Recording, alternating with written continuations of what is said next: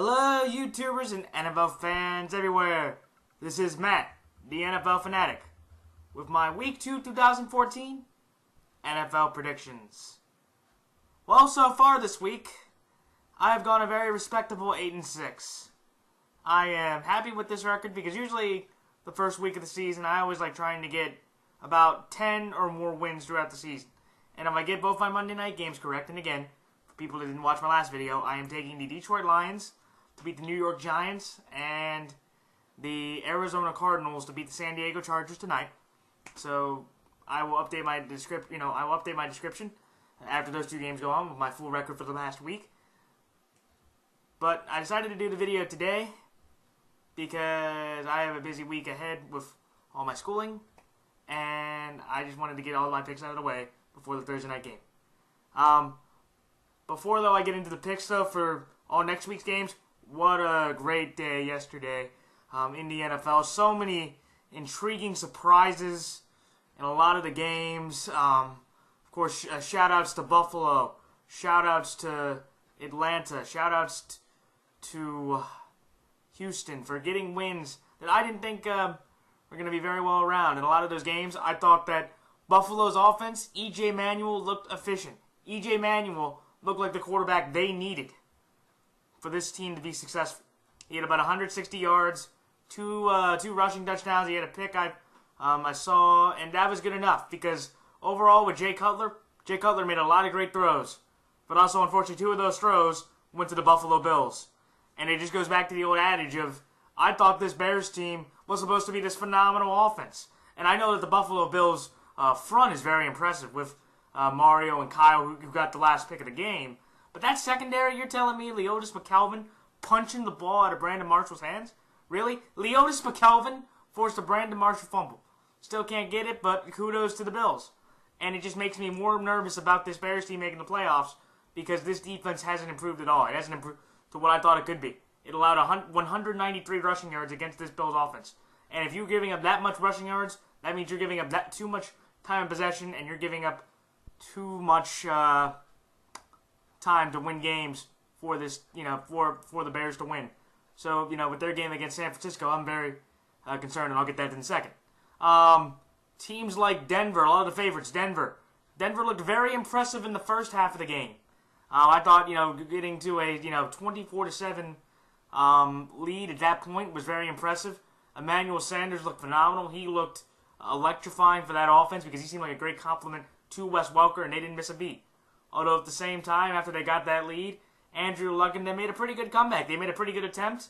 They got a couple good touchdowns, and it looked like a lot of the tackling went wrong after that point.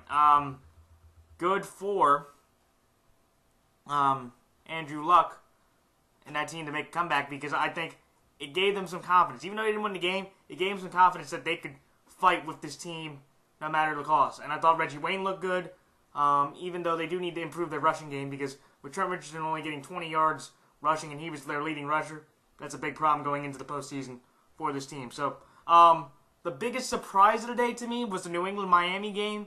I underestimated Miami tremendously, and they looked incredibly impressive.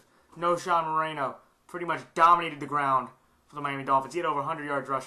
Lamar Miller looked okay, even though I know he did cough up a ball. And that defensive line, boy, did they get some big plays. And boy, are the Patriots missing Logan Mankins.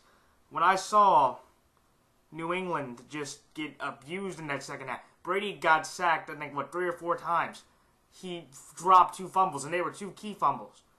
And just looking at how that Patriot offense worked out, they need to find another weapon because they thought as soon as they got Gronkowski back, they targeted him 11 times. And to me, Gronk is not fully 100% yet. Or he's not going to be the Gronk like that. And I don't know if he'll ever be that Gronk again. But they should be able to try to use Brandon LaFell or Edelman or Amendola. Other weapons. Use Gronk as a decoy. Because they have to respect Gronkowski's threat, but he shouldn't be the main target of offense right now. And that's what I thought made them lose the game. A couple other things. Kudos to Tennessee for pulling off an upset, and I have to put them now right in that AFC wildcard contender because beating a Kansas City team that I thought could have easily won this game just because I thought they were more talented. Alex Smith definitely regressed. It looked like the old Alex Smith of San Francisco Alex Smith before Jim Harbaugh. So that looked bust material.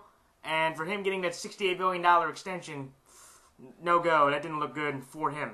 And kudos to the Jaguars. Even though I know in the second half they got blown out, 34-17 after that, I think that the fact that they caused 4 fumbles, the fact that Allen Hurns had 110 yards and 2 touchdowns, it looked really good for this team. And I like, where this team is going. And I think it's something to build off for the team. But kudos to the Eagles for being able to fight back and able to, in the second half, just completely obliterate the Jaguars' defense. But I thought that all started with Sproles getting that 49-yard touchdown run. See a couple other things. The Niners, good for them. I thought they looked like their old selves. It looked like the preseason talk was preseason talk with all the distractions. Even though, Tony Romo shot himself in the foot 3 times. And, of course, Culliver got a fumble back for a touchdown. Then Romo threw in the triple coverage. And so, after that, the Cowboys actually did fairly well. They beat the Niners in the second half 14-0. By that point, though, there was really no point in the Niners even because they knew that their defense was still going to be able to beat this offense enough where they wouldn't have to, get that much behind. But I think for the Niners, it gave them a lot of confidence about this team, even though I do want to see how Tremaine Brock and Chris Culliver come back because they both suffered injury. Culliver had a concussion, and Brock had a toe injury. So good luck to them. And last but not least, but no offense to Atlanta, my big thing that I want to talk about before we go into picks is, of course, my game, as a Raven fan, against Cincinnati Bengals. I thought it was an incredibly disappointing offensive performance for us. But I thought that Andy Dalton played better, and Joe Flacco made some key mental decisions that I didn't think were smart. That's why I thought that, that kind of cost us the game. But more important than the game, I just wanted to quickly speak out on Ray Rice for a second and say that I believe that after today, where the video came out inside the elevator, that me as a Raven fan, this man, Ray Rice, needs to be released from the Baltimore Ravens organization. He needs no part of our organization. I cannot fathom having somebody like him representing the city of Baltimore, representing the NFL, and just representing a really bad mark in the world of professional sports, especially NFL. If we don't do anything, or the NFL doesn't do anything, it'll be really hard for me to root for my team this year, just knowing that that man is on the field contributing, because I cannot defend that. I'm not saying for anybody else, I'm just saying for him. We need to release this man from our team to stay away from all the negative publicity that'll be coming our way throughout the rest of the year. So there's my thoughts on that. So, but again, kudos to Atlanta for the shootout. Carolina, I underestimated you. Great on offense. And everybody else that got the wins, good job. Started your season on the right foot. That's enough for the yesterday talk. Time for my picks. So, this coming Thursday night, when the 1-0 Pittsburgh Steelers come to the 0-1 Baltimore Ravens, I am taking the Pittsburgh Steelers. When the 1-0 Buffalo Bills host the 1-0 Miami Dolphins, I am taking the Miami Dolphins. When the 0-1 Jacksonville Jaguars go to the 0-1 Washington Redskins, I am taking the Jacksonville Jaguars. When the 1-0 when the 0-1 Dallas Cowboys go to the 1-0 Tennessee Titans, I am taking the Tennessee Titans. When the 0-0, 0-0, when the Giants take on the Cardinals, I am taking the Arizona Cardinals. When the New England Patriots go to the Minnesota Vikings, I am taking the New England Patriots. When the 0-1 New Orleans Saints go to the 0-1 Cleveland Browns, I am taking the New Orleans Saints. When the 1-0 Cincinnati Bengals host the 1-0 Atlanta Falcons, I am taking the Atlanta Falcons. When the again, Detroit tonight goes up against the 1-0 Carolina Panthers, I'm taking the Carolina Panthers. When the 0-1 Tampa Bay Buccaneers host the 0-1 St. Louis Rams, I am taking the Tampa Bay Buccaneers. When the San Diego Chargers take on the 1-0 Seattle Seahawks, I am taking the Seattle Seahawks. When the 0-1 Oakland Raiders go to the 1-0 Houston Texans, or the other way around, I'm going to take the Houston Texans. When the 1-0 Jets go to the 0-1 Green Bay Packers, I'm taking the Green Bay Packers. When the Denver Broncos host the 0-1 Kansas City Chiefs, I'm taking the Denver Broncos. And in the Sunday night game, when the 1-0 San Francisco 49ers host the 0-1 Chicago Bears, I am taking the San Francisco 49ers. And on the Monday night game, when the 1-0 Philadelphia Eagles go to the 0-1 Indianapolis Colts. I am taking the Philadelphia Eagles. Alright, so there's all my quick picks for everybody that just wanted to get those. Now time for my thoughts on Pittsburgh at Baltimore. After what's happened this past week, this is a huge game for the Baltimore Ravens. Pittsburgh, I thought, through the most part for the first half, looked very impressive. But in the second half, I saw a defense that deteriorated. I saw a rush defense that got completely obliterated by two very good running backs, that, were very unknown in Terrence West from Towson and Ibaneta. He was the guy that got the other 2 touchdowns. And then Brian Hoyer played efficient through that second half, and the Pittsburgh Steelers almost blew a 27-3 lead. I think they actually got outscored 24-3 in the second half. But the reason why I'm taking the Steelers is because the Baltimore Ravens do not have this running game for this game. Because remember, Le'Veon Bell had 105 yards rushing and 88 yards receiving. He had a touchdown. LeGarrette Blount had some pretty good power yards that, they needed. And I saw also that the Pittsburgh receiving corps in this offense looked very impressive. Big Ben threw for about 340 yards and 3 touchdowns. He looked efficient. And just seeing what happened with the Baltimore Ravens yesterday, knowing that the fact that we gave up 5 field goals, knowing the fact that Joe Flacco threw the ball 62 times, and we only ran for about 70 or 80 yards, we just got one big playoff when Steve Smith caught a phenomenal ball through by Flacco, but then 10 seconds later we put A.J. Green on Shockey Brown, and that's just a mismatch anyway. I just feel that this Pittsburgh team, along with the distraction of what's happened with, Ray Rice's situation, this Pittsburgh Steelers team will win. Because they don't have those distractions. Or they have a very minor distraction compared to ours. Again, Le'Veon Bell and LeGarrette Blount with their pod incident. But the NFL really hasn't done anything, so they're going to play. And after the performance they had yesterday, Mike Tomlin will keep them in. I think the game will be very competitive because, again, Baltimore, to me, the Baltimore Ravens do not lose typically home games back-to-back, especially against 2 division rivals.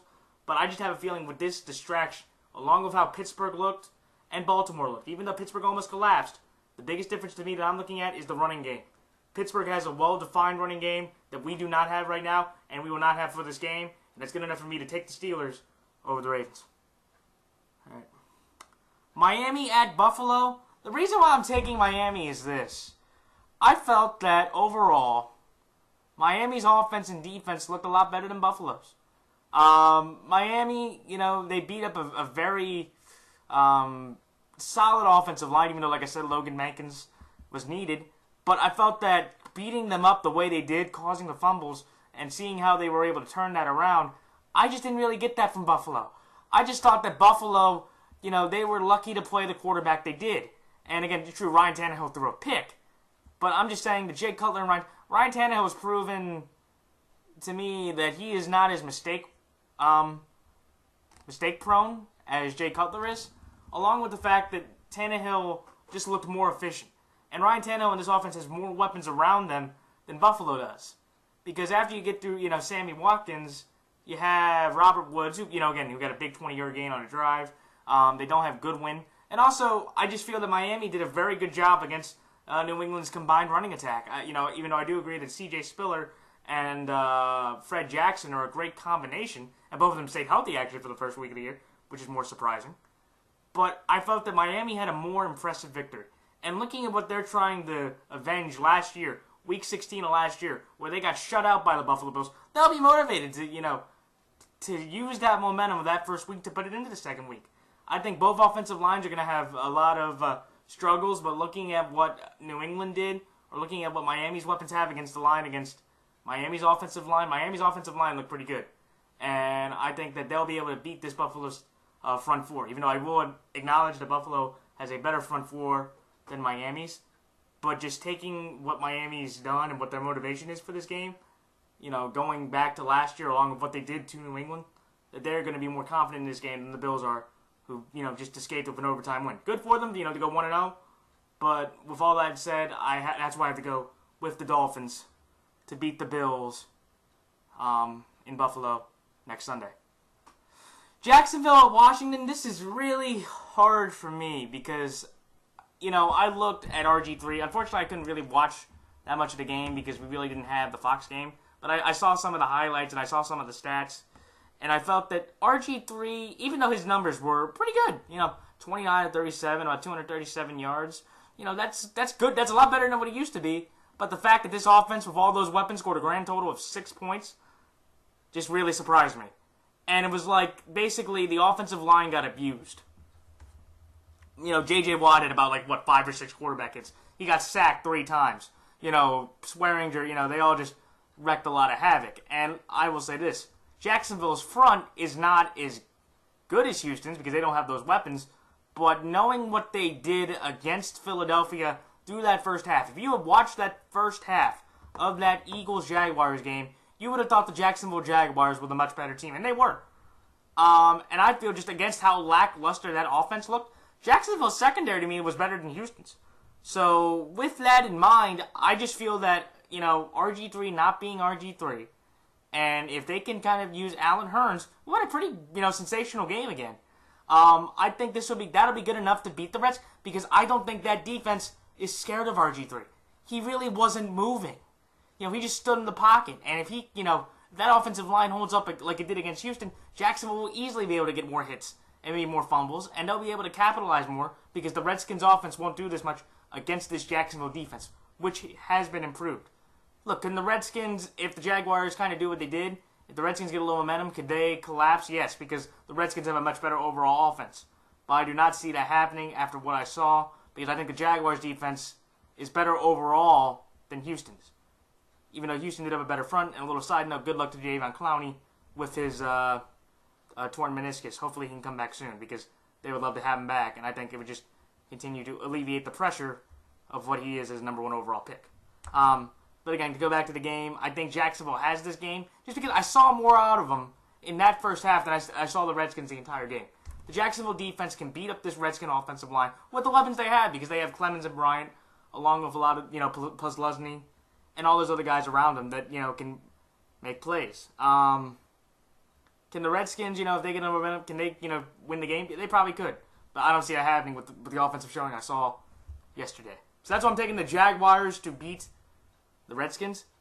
I'm taking Tennessee next game.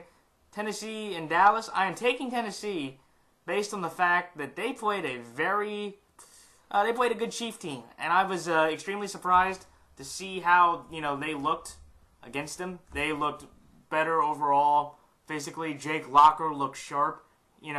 Kendall Wright, he's becoming their big playmaker. I thought, Justin Hunter got a few big balls. Sankey ran well. And Locker didn't make the mistakes, or he used his gifts in a way that helped this team move around. And this Titan defense did a pretty good job. Alex Smith, a guy that, tends to not make that many mistakes, he made 3 big ones. And, again, 26-10 over the Chiefs, where I thought it was impressive.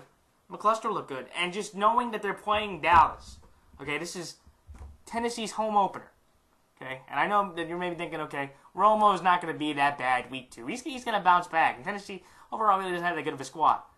But I would rather have Jake Locker in this offense, the way they looked and the way they're being coached against this Dallas defense, than Romo right now against this Tennessee defense. Because I just feel that they can control the game and they'll be able to score more than Dallas can. Because remember, Dallas's defensive line is pretty good. They got Zach Brown, Woodyard, Phillips, and then you have even though they lost Werner, he went to Tampa. You still got some good secondary guys in there. You still got Bernard Pollard, and I just feel that this team after that game, they looked a lot better than the Cowboys did. Because look, can the Cowboys score and maybe that defense can do something against Locker? Sure, but will Tony Romo going up against this defense fare as well? I don't think so. Because I think Jake Locker won't make as many mistakes, or he won't take as many chances.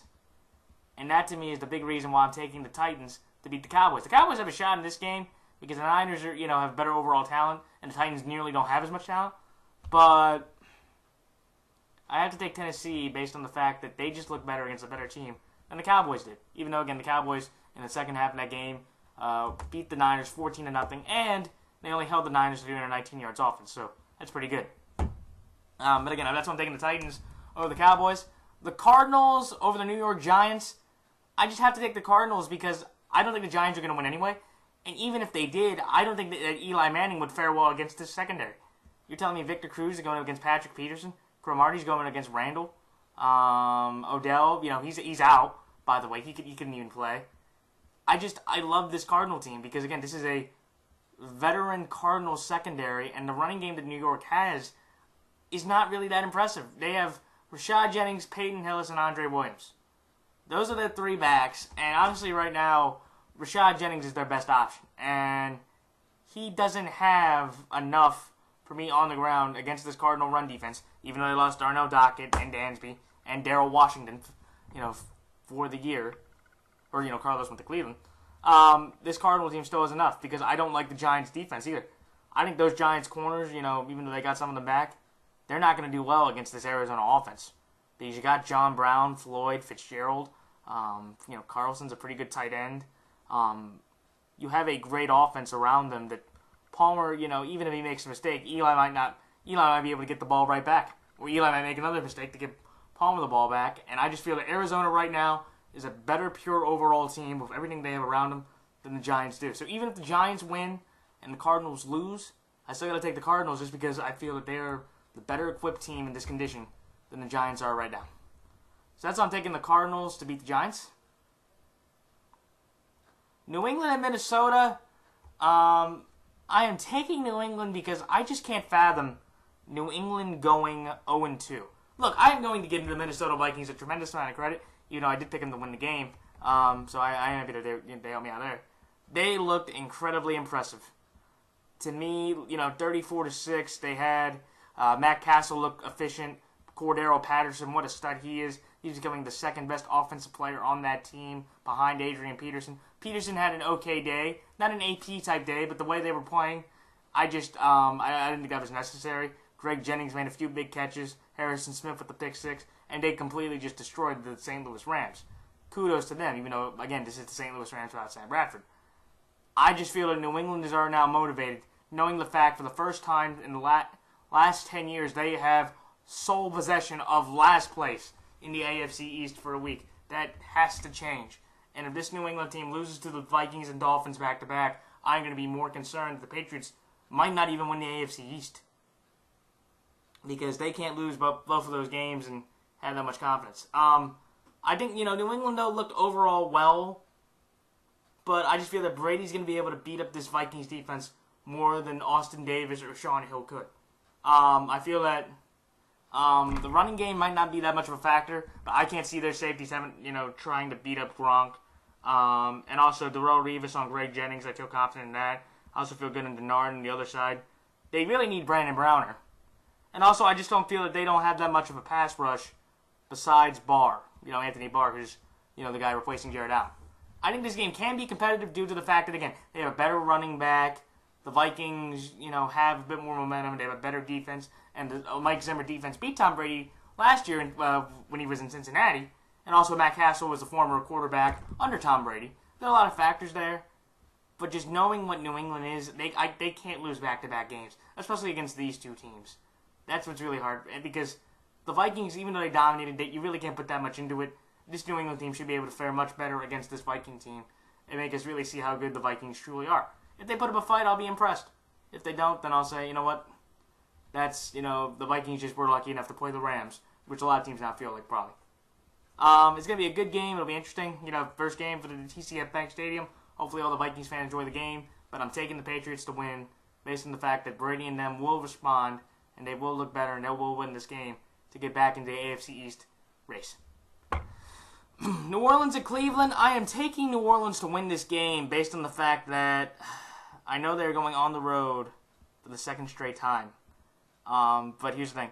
I think Atlanta proved to me that they are much better than I thought they would be. I thought that maybe they could get in, as a wild card. Now I have them in the division hunt. And right now they are the second best team in this division, right behind New Orleans. And if they can beat them again, I would say Atlanta wins the South, and they could get one of the top two spots in the NFC. I just feel that Cleveland's offense is nowhere near as good. Rob Ryan won't have to worry about defending Roddy White and Julio Jones. He won't have to worry about defending a running back like Steven Jackson. He won't have a weapon like Devin Hester coming out of, nowhere, and it's Brian Hoyer. Matt Ryan compared to Brian Hoyer is no contest. Look, can the Browns' defense maybe put up some trouble? Yeah, absolutely.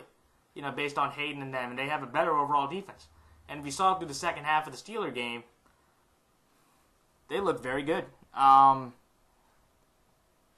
But to me, the Cleveland Browns will probably maybe do exactly what happened the last. Brian Hoyer won't put up as good of numbers because I don't think Brian Hoyer's running game will be as effective, meaning that he's have to face the secondary more head on. And I know that the Browns' offensive line is fairly decent, especially with their two Pro Bowlers in Thomas and Mack and their left tackle and center. But I just believe that this Saints team will win this game on the road, because if they lose this game on the road, then I have no confidence that they could even win a road game. And they should be able to beat this Browns team based on the lack of depth that they have that Atlanta did not. So that's why I'm taking the Saints to beat the Browns.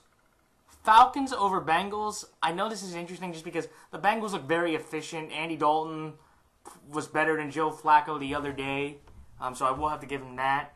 And I know this defense looked incredibly impressive with the many sacks they got, even though Vontaze Burfict did suffer a concussion, and he probably will be questionable for the game. I just felt Atlanta made more of a statement with the win they had that against Cincinnati's secondary. Because again, Matt Ryan, Joe Flacco, about 6 minutes left, just threw it up there, threw a bomb, and Steve Smith was able to beat the defense. So if Steve Smith is able to do that, could you imagine a combination of Julio Jones and Roddy White on those corners? I think that's going to be virtually impossible for them to stop. And, again, I know Cincinnati's defense has gotten better, and they look great. Vincent Ray, did very well. But I just think Atlanta has more overall offensive weapons that if Andy Dalton gets into a shootout or Andy Dalton gets into a fight, I don't think he can win this fight against this team, because they are more talented and they are more experienced dealing with the situation than Cincinnati is. I think it will be a fun game because Cincinnati's defense will challenge them, but I'm going to take Atlanta based on the better overall talent perspective and the fact that Atlanta just gave a lot of people more confidence, including myself, that they are going to be very good. So that's why I'm going to take the Atlanta Falcons to beat Cincinnati Bengals. And then, let's see, the next game, Carolina hosting Detroit. I'm going to have Carolina in this one because I think what happened last week, again yesterday, in the game against Josh McCown was that Josh McCown showed he's Josh McCown. That, he made some good plays, but he made some mistakes. And that's how I kind of feel Detroit will kind of be. That's how Detroit really plays. Matthew Stafford and them, he'll make great throws, and he'll probably destroy that weak Carolina secondary with the weapons he has. But also, he will make enough mistakes. And I feel that if they can control the game with the running game, if Cam Newton can get some good runs, the four horsemen, Newton, Williams, Tolbert, and Stewart, they all can control the clock, and also they just can get Matthew Stafford off the field. And I feel that Matthew Stafford will make one too many mistakes for this team not to win against this defense, because that Carolina defense looked very impressive overall, because they did get a couple picks. It's going to be fun, competitive back and forth between both, because I love the offensive and defensive perspective. Carolina has a much better defensive line, but Detroit has a much better offense going at it. But if I have to go off what quarterback I'll go with Cam Newton over Matthew Stafford, based on the gunslinger mentality that Stafford has, which Newton does not. So that's why I'm taking the Carolina Panthers to beat the Detroit Lions. Rams and Bucks. I'm taking the Bucks because they just look better. Remember, if Deshaun Goldson doesn't get that pick six, or if he gets that pick, the Buccaneers probably will win that game. Okay? And just looking at the Rams, they scored 6 points. This great defense gave up 34 points. Cordero Patterson ran for over 100 yards. AP ran for 80. Castle with 280 yards passing.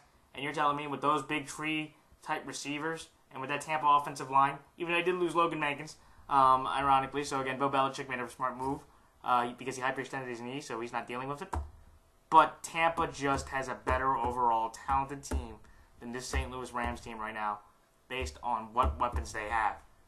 And that should be enough at home to get their first win of the Lovie Smith era, based on pure talent alone and better defense and better receivers for McCown to throw to than Austin Davis or Sean Hill. So that's why I'm taking the Buccaneers to beat the Rams. Seattle over San Diego.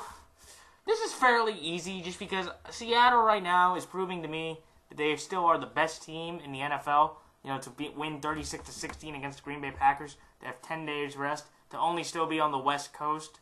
And also I just feel that they beat up a better quarterback's receiving core than San Diego has, and they are just going to be able to control the game because it's all going to come down with Arizona. If Arizona can play very well against San Diego and win, then Seattle has just that many chances because they are just like Arizona in the secondary, except they're better.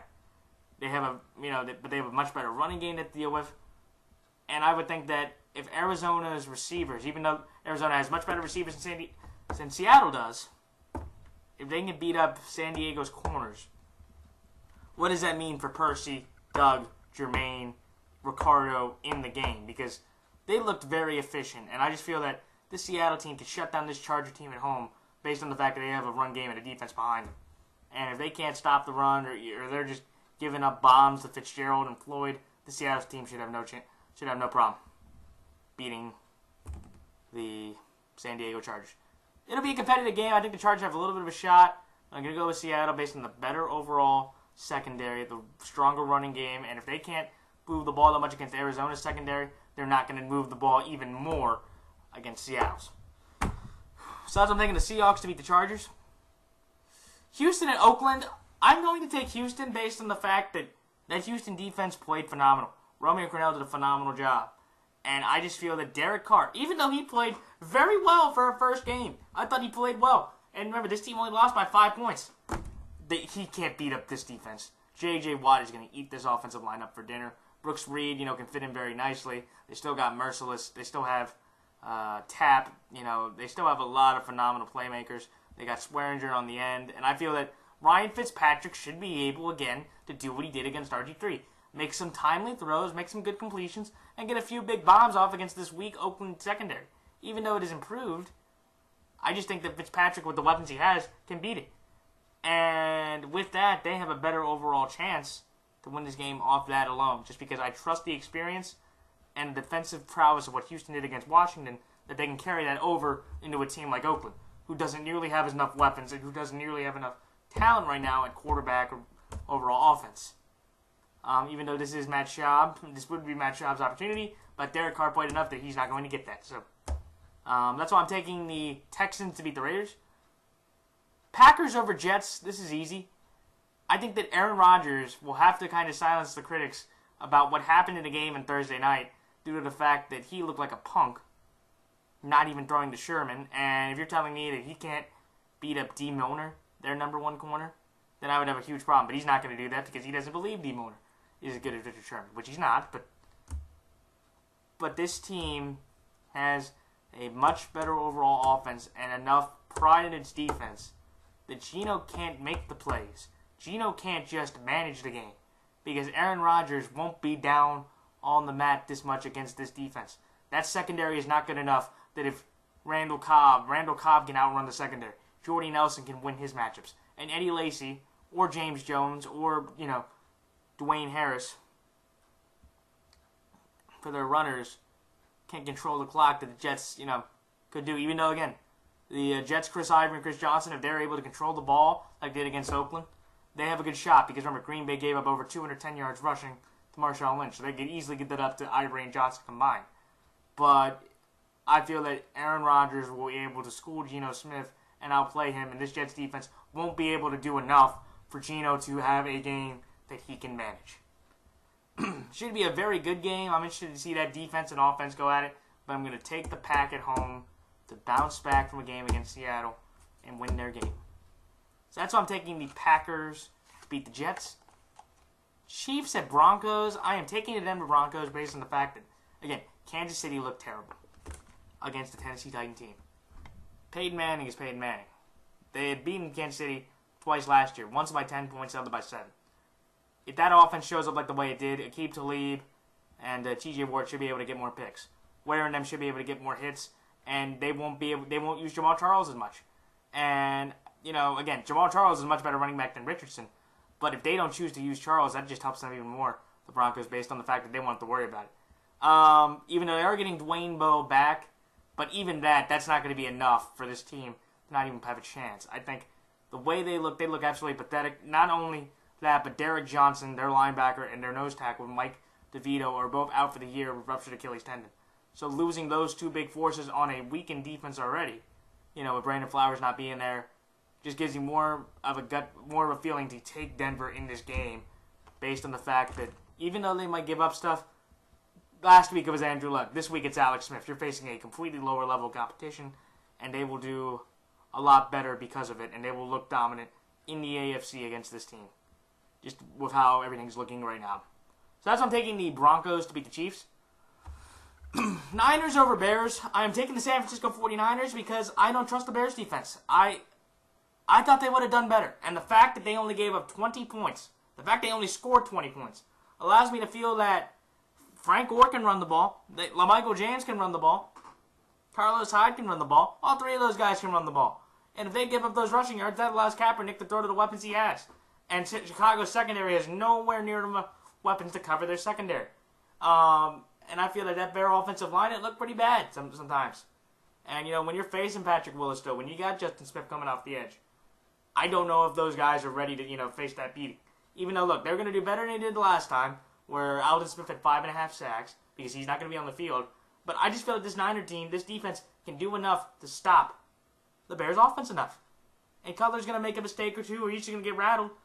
And it's going to allow the Niners to continue to move forward in their game. I think it's going to be fun to watch. It'll be interesting to see, but I got San Francisco based on what they did against Dallas and what I saw in Chicago. That I can't see anything that San Francisco can't do to repeat that same performance against Chicago. So that's why I'm taking the Niners to beat the Bears.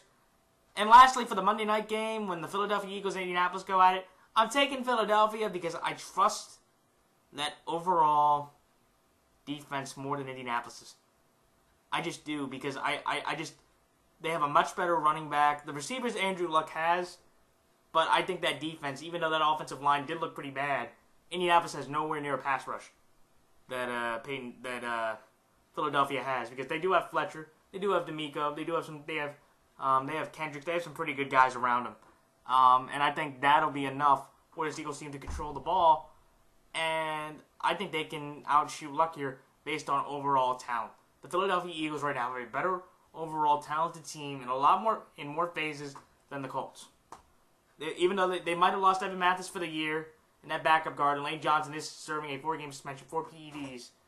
That might be a factor that Foles might scramble around. But you tell me Warner and those guys can generate the sacks that Mathis could. They cannot, and that's enough for me not to take them in this very big Monday night game against two teams that are about equal, in my opinion. So to everybody, those are my picks for this week. Like, comment, rate, subscribe. If anybody watching the video has any questions, please put them down in the comment section. I love to debate people about it. And that's it. So, best of luck to all the teams. Best of luck to all fantasy players like myself. And best of luck to all fellow prognosticators. And until next week, this is Matt the NFL Fanatic signing off. So long.